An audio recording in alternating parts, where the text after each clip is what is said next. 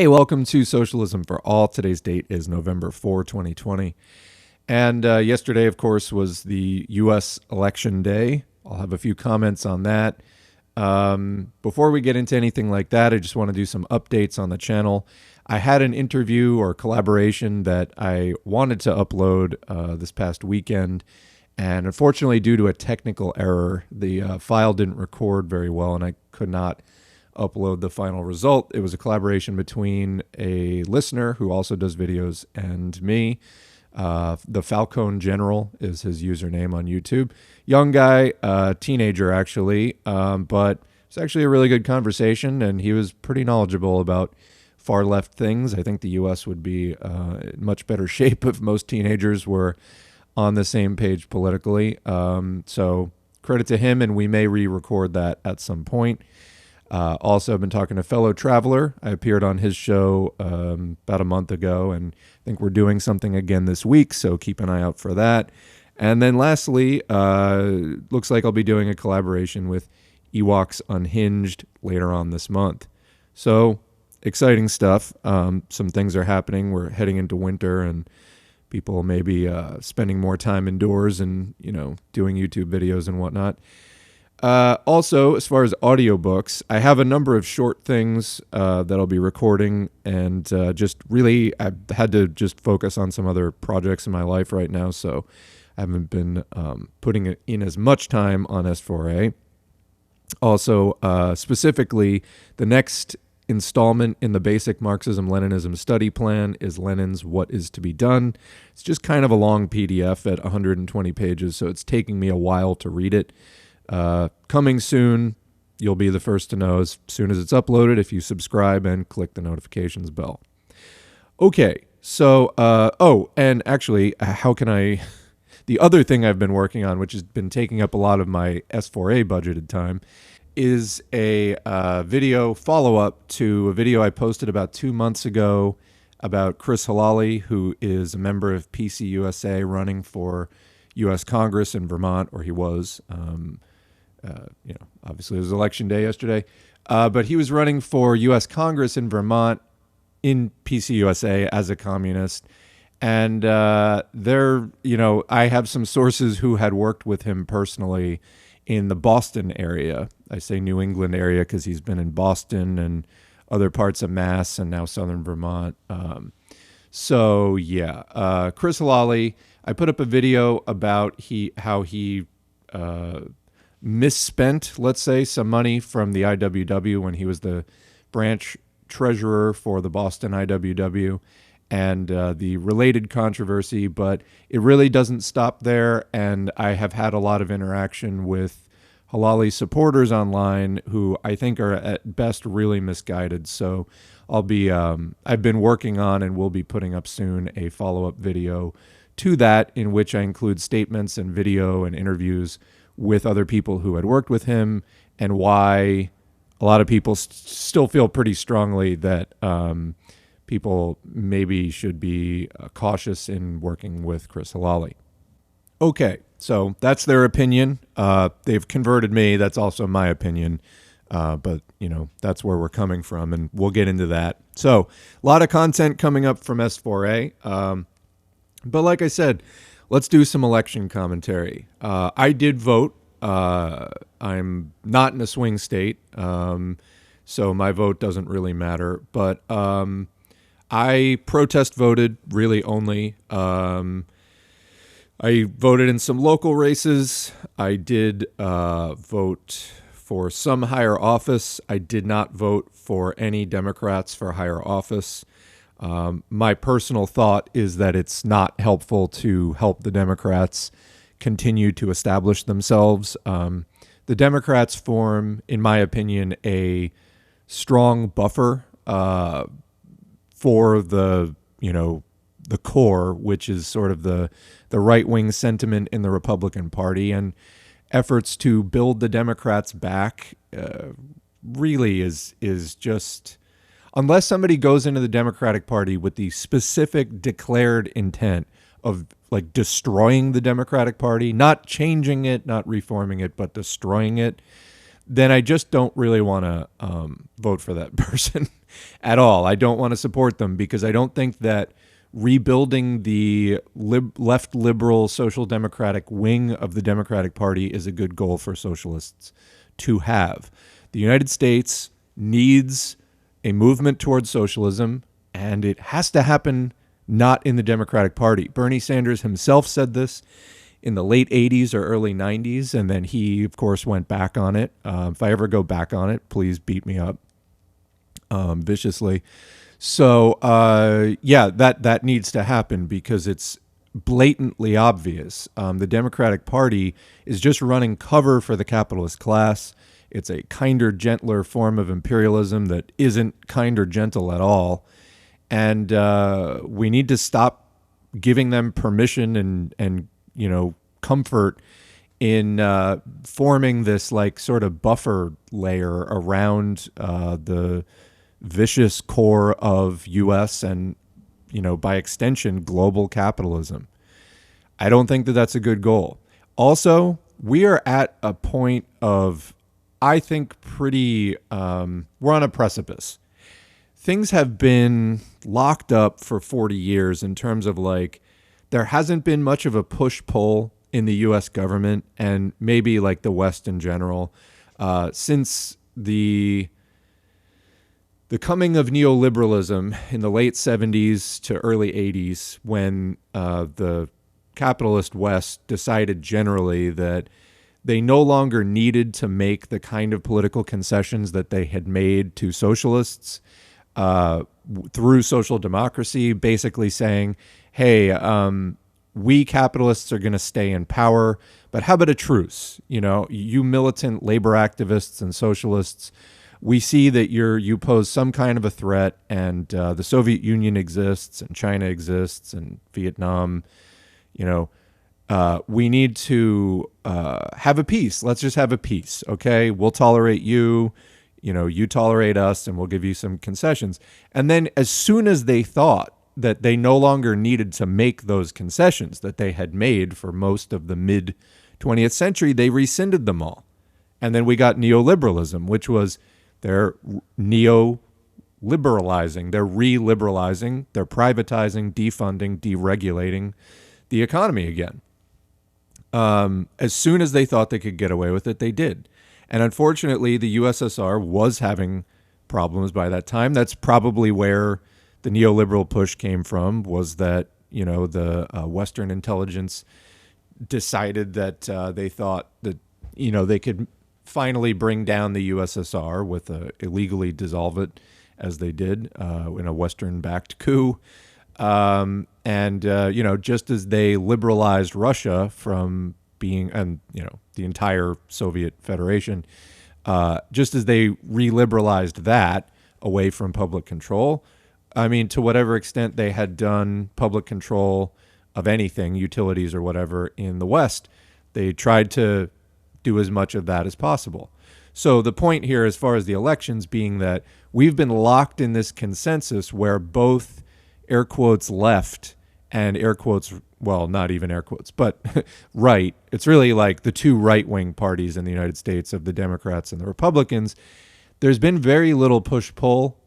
Any sort of like social democratic or socialist voices have been silenced, especially since the 90s. I mean, starting in the 80s, but especially in the 90s after the Soviet Union went down.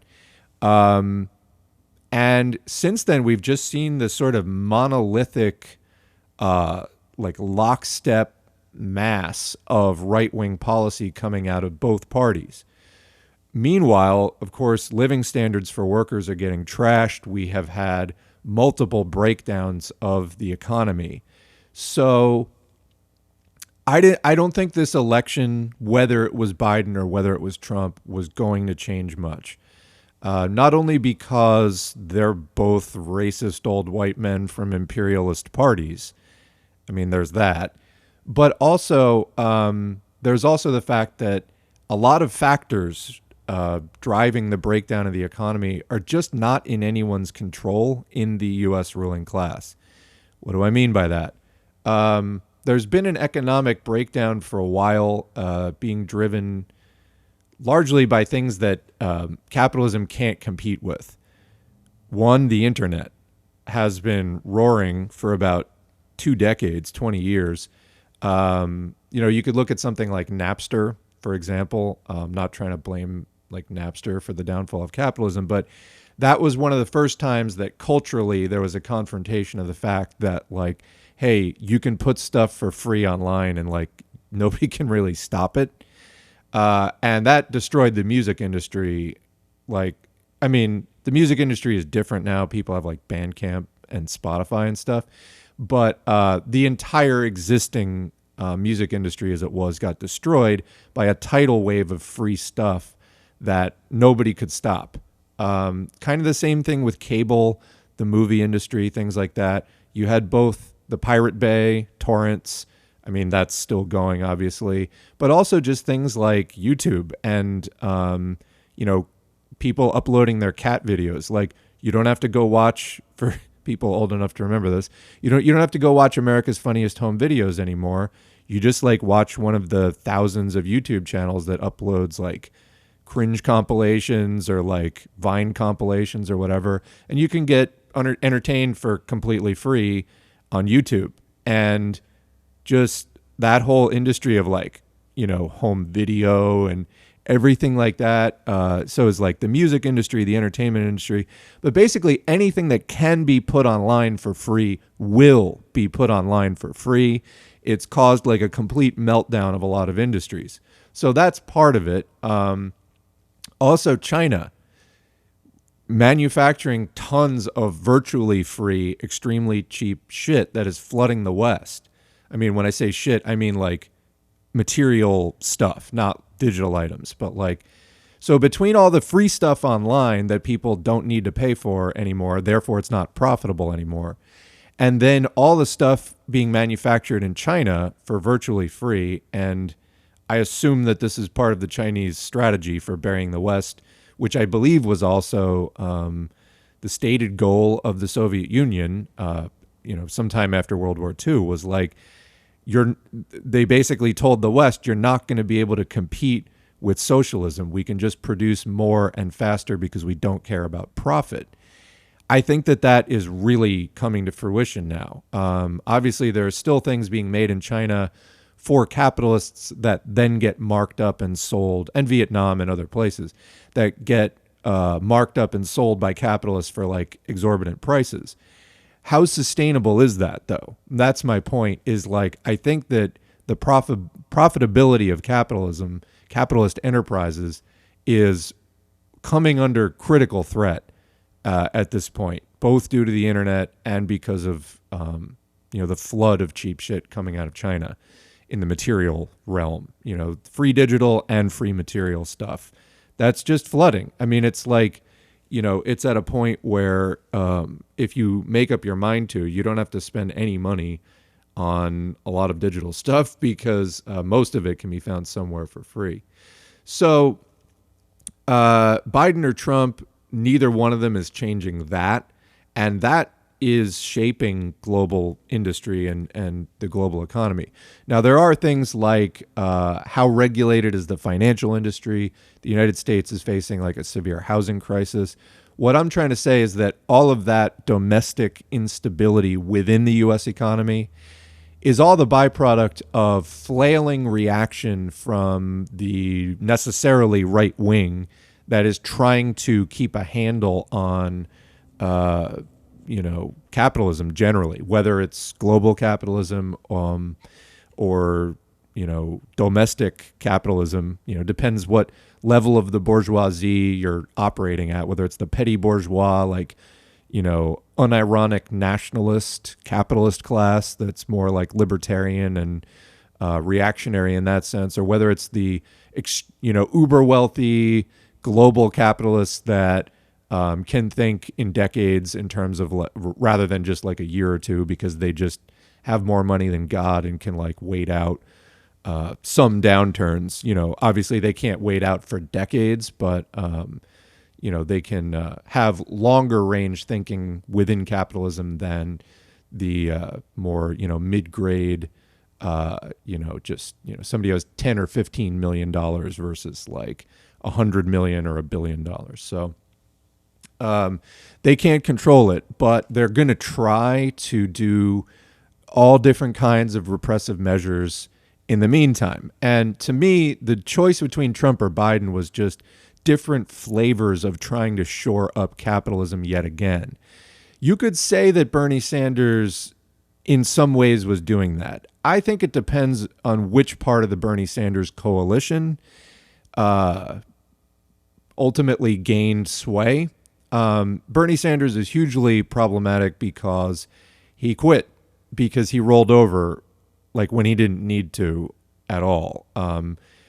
Bernie really should have been fighting up to election day for something other than he did. Instead, he rolled over for Joe Biden at like one of the first opportunities. That was terrible. But for as long as it existed, let's assume for a second that somebody other than Bernie, same policies, but just different political choices, didn't go up there saying my good friend Joe or whatever, had been in the race.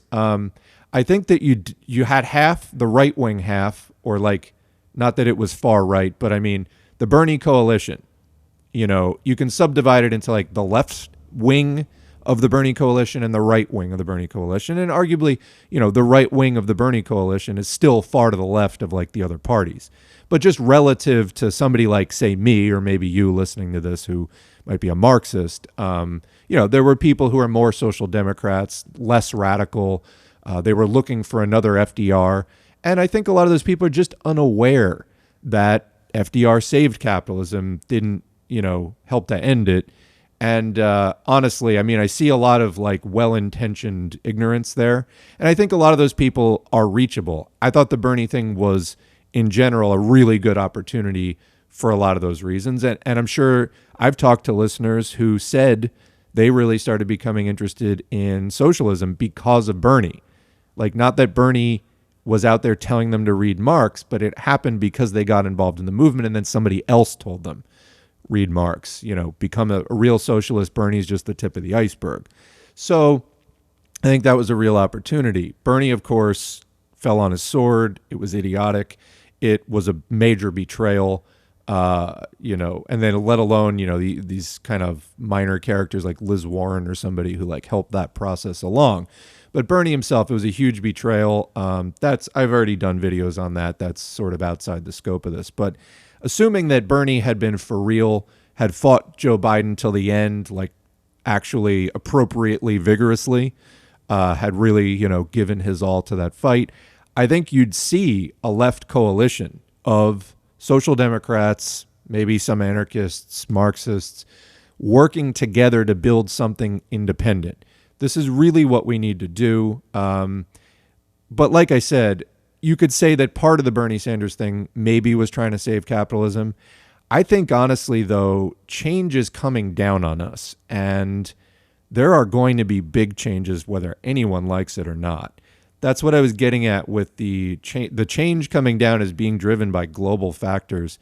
Socialism really is inevitable. It's kind of a question of like, how quickly do we build the movement to like,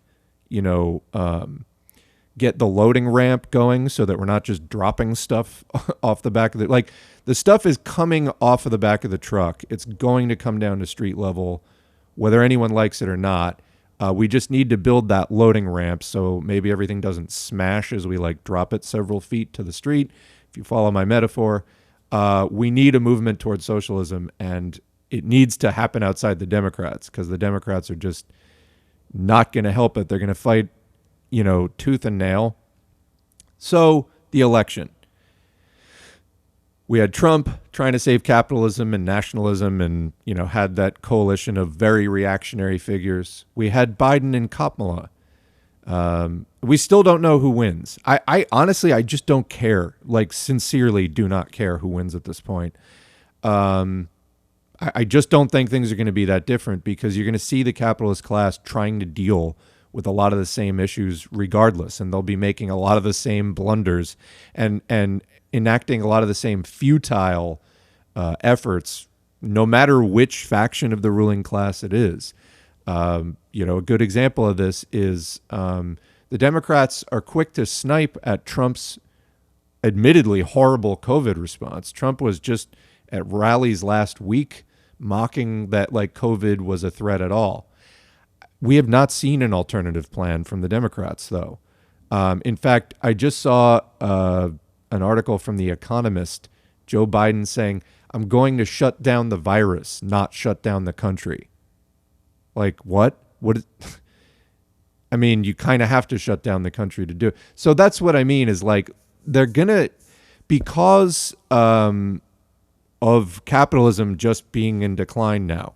You know, they tried, the George W. Bush years, they tried just launching like a full-on, they called it full spectrum dominance, like imperialist military assault. They tried invading a whole bunch of countries to try to shore up capitalism. I mean, we're still here in 2020 now. It's still highly unstable. It didn't work.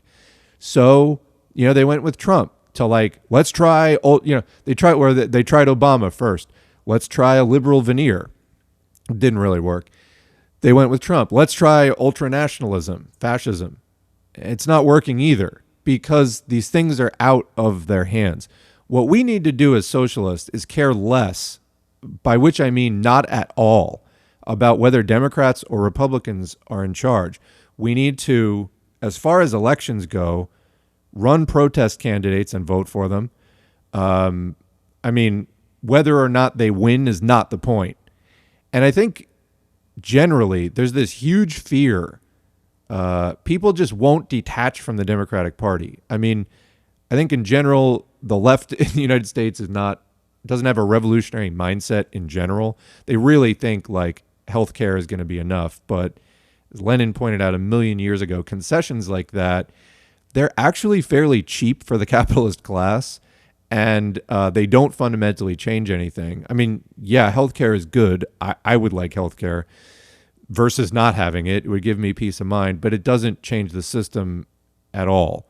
And it's actually cheap for the capitalists. And in this case, they still won't do it anyway. So yes, healthcare is nice, but we're still going to be facing down the same overall instability of the capitalist economy, even with that. So change is coming. Don't organize for social democracy. I know this is like a little bit incoherent, but I've been following this election crap for like a week, and I've seen so many bad takes online. It's like I almost don't even know where to pull them apart, but where to start, because it's just there's so many. But detaching completely for the Democrats. You want to vote Green or vote PSL. People need to do this more and more. If we start getting to 5 or 10%, it's not about winning the election. It's about counting our numbers and taking a stance that is like, we're okay with losing this year in your system because we're building a movement. And then you coordinate that, because it's basically futile to try to do anything other than, you know, moderate concessions within the bourgeois election system. So you coordinate those protest campaigns with strikes, direct action, mass action of different kinds. Now, we're way behind, you know, being in a viable situation with that in the United States.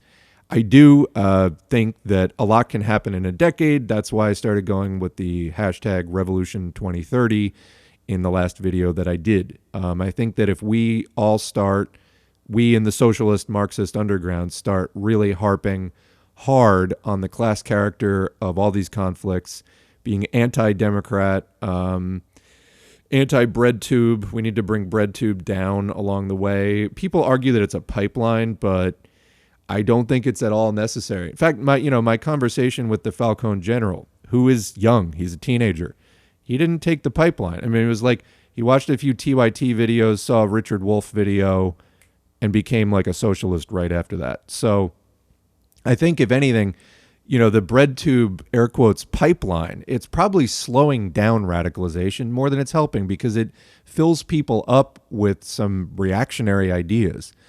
Fellow traveler, I was just watching a video that he did about ContraPoints, who makes at least $25,000 a month off of her Patreon and is just telling people to vote Biden. And it's just more liberal, condescending smugness.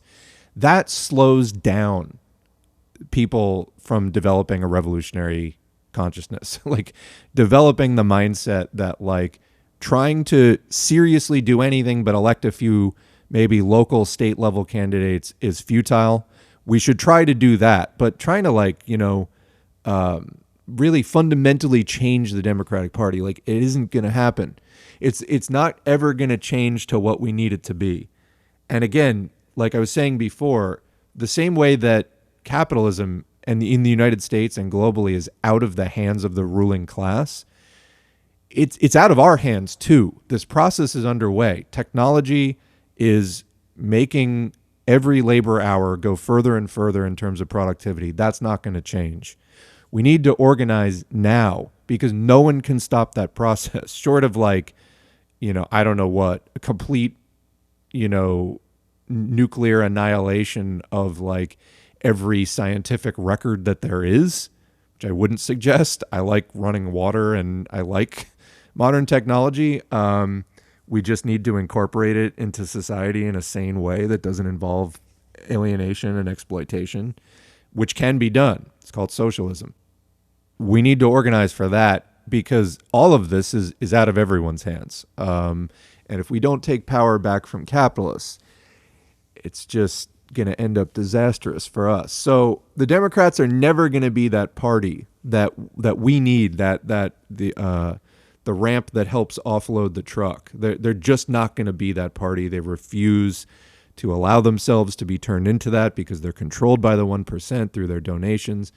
Just like the Republicans, you can try to pass all the things you want. Cenk Uygur's out there with his wolf pack trying to get a constitutional amendment to overturn Citizens United, etc. Forget it. It's just they're never going to be the party that actually the end of capitalism requires to emerge. Capitalism ending requires a socialist party to emerge. The Democrats are just never going to be that party, no matter how much you reform them. I can't stress this enough. We need that party to emerge, and it's never going to be the Democrats. Okay, so all this said, does it matter whether you voted for Joe Biden, whether you didn't vote at all, whether you voted for Trump? Not really, no. Like I said, as far as I see it, from my perspective as somebody who has read the amount of Marx that I've read and the amount of history that I've looked at, this process is out of everyone's hands. All we can really do is get organized to handle it. And whether Trump gets in or whether Biden gets in, whether you voted for one of them or whether you didn't, that's really just within the realm of the ruling class decisions and what they're going to do. Because whether you voted for Biden or Trump, the ruling class is still in power. It's just a slightly different faction of it, and they're not going to make fundamentally different decisions. So however you voted or didn't vote, feel good about it, I guess, because it doesn't make a fucking difference. It really doesn't. And I do believe in voting,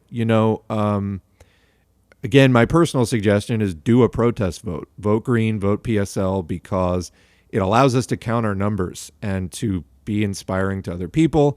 And it helps build those parties, which actually PSL could be the party that we need as the transition out of capitalism. The Greens even could be the party, probably as part of a coalition. Same with PSL. I think that the left party coalition that we need to be that party that transitions us out of capitalism. Either one of them qualify. So I did a video on that a few weeks ago, should you vote Green or vote PSL? And I came down with Green. I think it's just a little more palatable to people where they're at in 2020. Fundamentally, though, PSL and Green platforms are the same. I understand that PSL, basically just runs to show the futility of it and is advertising, whereas the Greens are a little more earnest about trying to win. I think both are okay because I think Greens sometimes do good things when they're in office. And all the Greens that I've interacted with, yes, you see some more naive, liberal social democracy there. But I would trust those people 1,000 times more than I would any Democrat. So again, to me, they're interchangeable as a protest vote. And since the Greens are on more ballots, they're likely to get bigger percentage. Now, that said, from what I've seen of the election results so far, it looks to me like the Greens and the Libertarians, for that matter, are nowhere near the 5% they need to be viable to get the federal funding and the guaranteed ballot access and all the stuff that they need. Incidentally, I also did a video about the Libertarian parties. Libertarians are hot trash. They're another faction of the ruling class. They're pro-capitalist. They cannot be and will never be the party that leads us out of capitalism, which needs to happen because capitalism is by necessity falling apart. That's a process no one can change. That capitalism is falling apart. We can only organize to get out of it. That's all we can do at this point. So anyone voting libertarian as a protest vote, I think you're very confused. The system that you're fighting for cannot be reformed. Libertarians think that you can have a version of capitalism which is not imperialist and is not a police state. You cannot. This stage of capitalism is so developed and so advanced. It's global. It relies on imperialism. You just can't not have war with this level of capitalism. It's not possible. You also can't not have a police state because the entire system is unpopular. Private property is unpopular. And if you actually didn't have a police state, people would rise up immediately. Now, people are rising up anyway. We saw that with the George Floyd protests this summer, which I think only ended because they ended the shutdown, which we need a shutdown, first of all, because literally they would rather allow the United States to get to 100,000 new cases of coronavirus a day, which we're basically at right now. Yes, not everyone. Okay, 2 points about that. Yes, not everyone dies who gets COVID, but first of all, many do. And second of all, death is not the only adverse health outcome from contracting COVID. You can get possibly permanent lung damage, kidney damage, blood clots, like all kinds of bad stuff you don't want. Do you want permanent kidney damage just because the capitalists wanted us to go back to work rather than protesting for like our basic humanity, for an economy that actually meets human need and to not be exploited anymore? Do you think it's worth like permanent damage to your lungs or like just a general shortening of your lifespan with the risk of actual immediate death just so that we go back to work, so that the petty bourgeois can like make their, payments on their small business or whatever? No, I don't think so. I mean, there's enough money. They can easily just pay us to stay home. They won't do that. I think it's more about social control and controlling the protests than it is anything else. And I don't think that would change under Joe Biden at all. I do not think so. It's been 3 months without any enhanced pandemic stimulus, and I think the Democrats were waiting to win the presidency. I mean, the very fact that they were waiting 3 months and just leaving people high and dry for 3 months to see if they could win the presidency kind of tells you all you need to know about like how little a shit they give about us. But let's say they don't win. I mean, do people get benefits, or are we just supposed to hobble along on like 10 or 15% unemployment and pretend like everything's normal and pretend you don't run the risk of death by like interacting with people out in the world right now? I don't even know what to say. I've been going for about like over a half an hour here, and I know that this is like rambling. Hopefully it's my train of thought is somewhat coherent, but what are the two main points again? A, people need to detach from the Democrats. Just completely fucking give it up. Detach from the Democratic Party completely.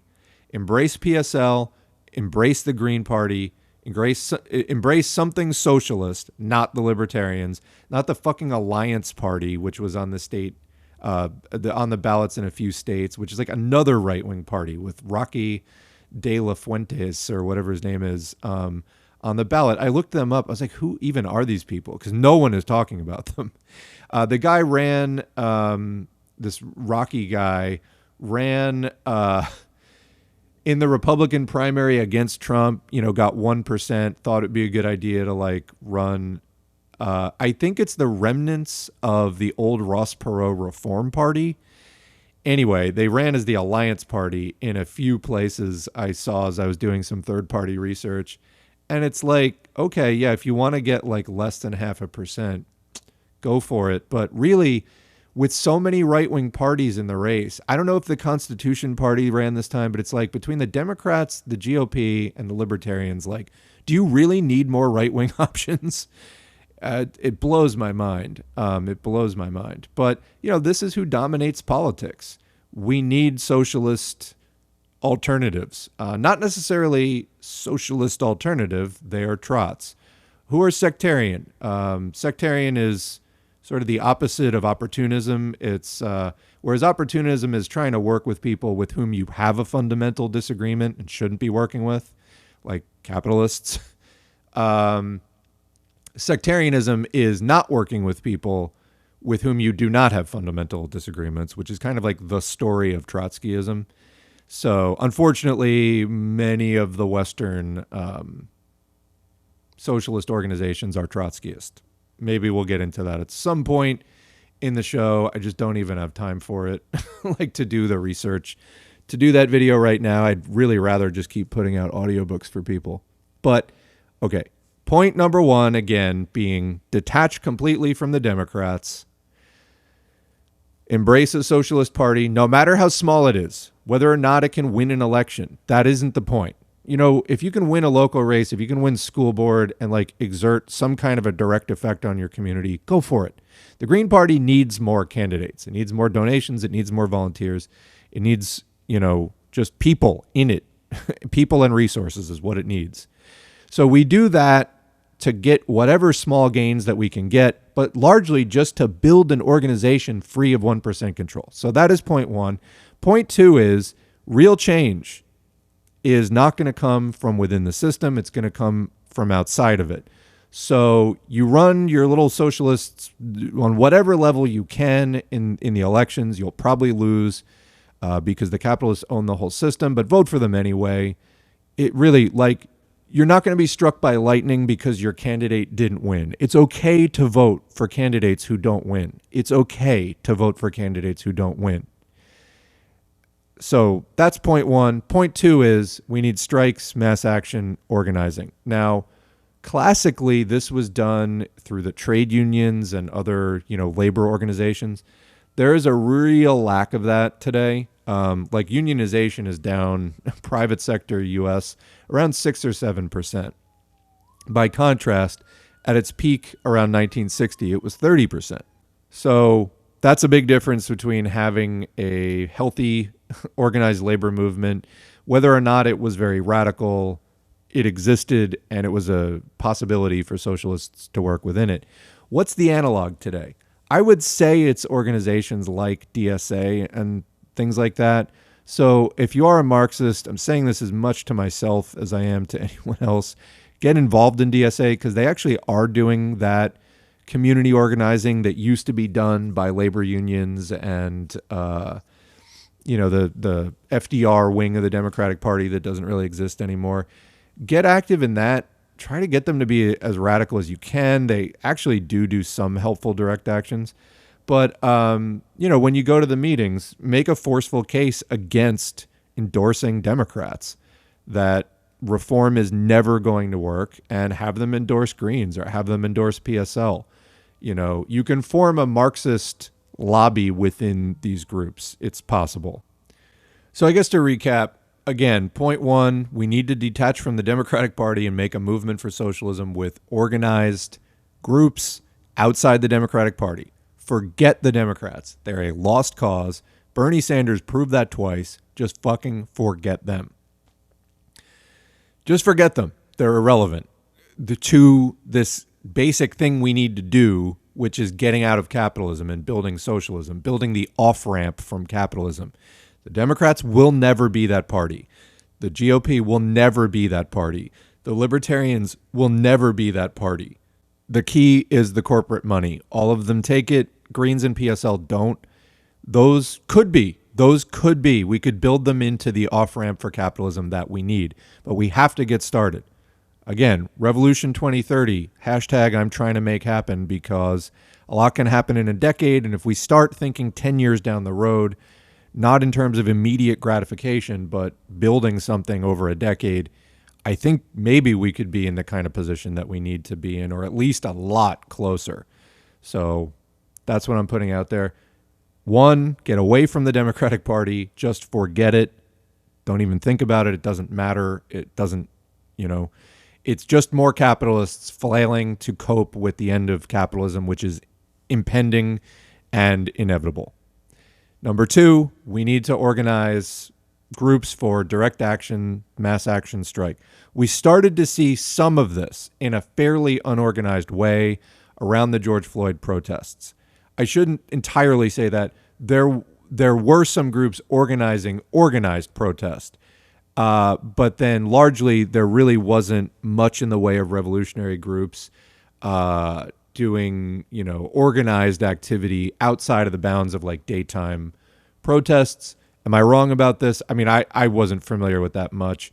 If you know of anything else that can be shared online, leave me a comment down below. But really, we need to get back to that kind of the George Floyd uprising type of stuff. That's really the only thing that's going to do it, in concert with other groups that don't take the corporate money, that can serve as working class organizations. So I just can't say that enough times, because the amount of people that got really sucked into, do I vote for Joe Biden or not, or like whatever in this election. And like, I mean, it was so hard to find people, say on Twitter, who just weren't so fucking wrapped up where every day was about Joe Biden. And it's like, look, capitalism is collapsing whether or not Joe Biden gets elected. That's not the point. You're asking the wrong question. You're asking the wrong question. How do we build an off-ramp from capitalism? That's the question. And again, one, decouple from the Democrats and just don't even look back, except when we go back to, confront them to take their industry later and socialize it. Number two, get into organized groups, mass worker-controlled groups that don't take corporate money, like the Green Party, like PSL, that can serve as an organizing hub for revolutionary activity, organizations that understand we need to end capitalism, who aren't just looking for social democratic concessions. Forget that. Anyway, this has been your election update from Socialism for All. I guess this has been like a collaboration with myself. I really didn't sit down with any notes on this one. I hope you were able to follow my train of thought. Usually if I'm having a conversation with someone else, there's a little more chance of staying on subject. But anyway, leave me a comment. Let's continue this. Actually, speaking of continuing this, I mentioned 3 collaborations. There may be a 4th collaboration. Somebody contacted me randomly on Facebook about setting up a Discord server just for the purpose of discussing Marxist theory and getting more people to read it. Basically an online book club. Not sure where those talks are headed, but that may be another project you see coming from S4A. So, yeah, like I said, this has been your election update. I kind of honestly don't care who wins at this point, because I see very clearly that our work is decoupling from the Democrats and organizing independent organizations. And, that's honestly going to happen no matter who wins. And it really doesn't make a damn difference. So build the off-ramp from capitalism, Revolution 2030. This has been Socialism for All. Thank you to our current patrons. We're up to 9 patrons. New patron there in the credits. If you'd like to support the channel with a monetary contribution, that's much appreciated. All of these supporters are providing much needed encouragement for me to do this project. Of course, the more actual money I get, the more time I will spend on this. So that is a factor. But if you can't donate anything, like, share, comment, subscribe. Post these videos in your Discord groups, Facebook groups, whatever. I've been kind of shut out of Facebook. I'm having to rejoin all my old groups where I would promote these videos under a new account, because the original S4A got basically like shut out. Well, formally banned from commenting, and then I'm shadow banned. They just don't put me in people's feeds anymore. So the page has been stuck between 4,900 and 4,920 subscribers for almost 2 full months. So that's how that's going. But fortunately, the YouTube is growing. So like I said, new content is coming.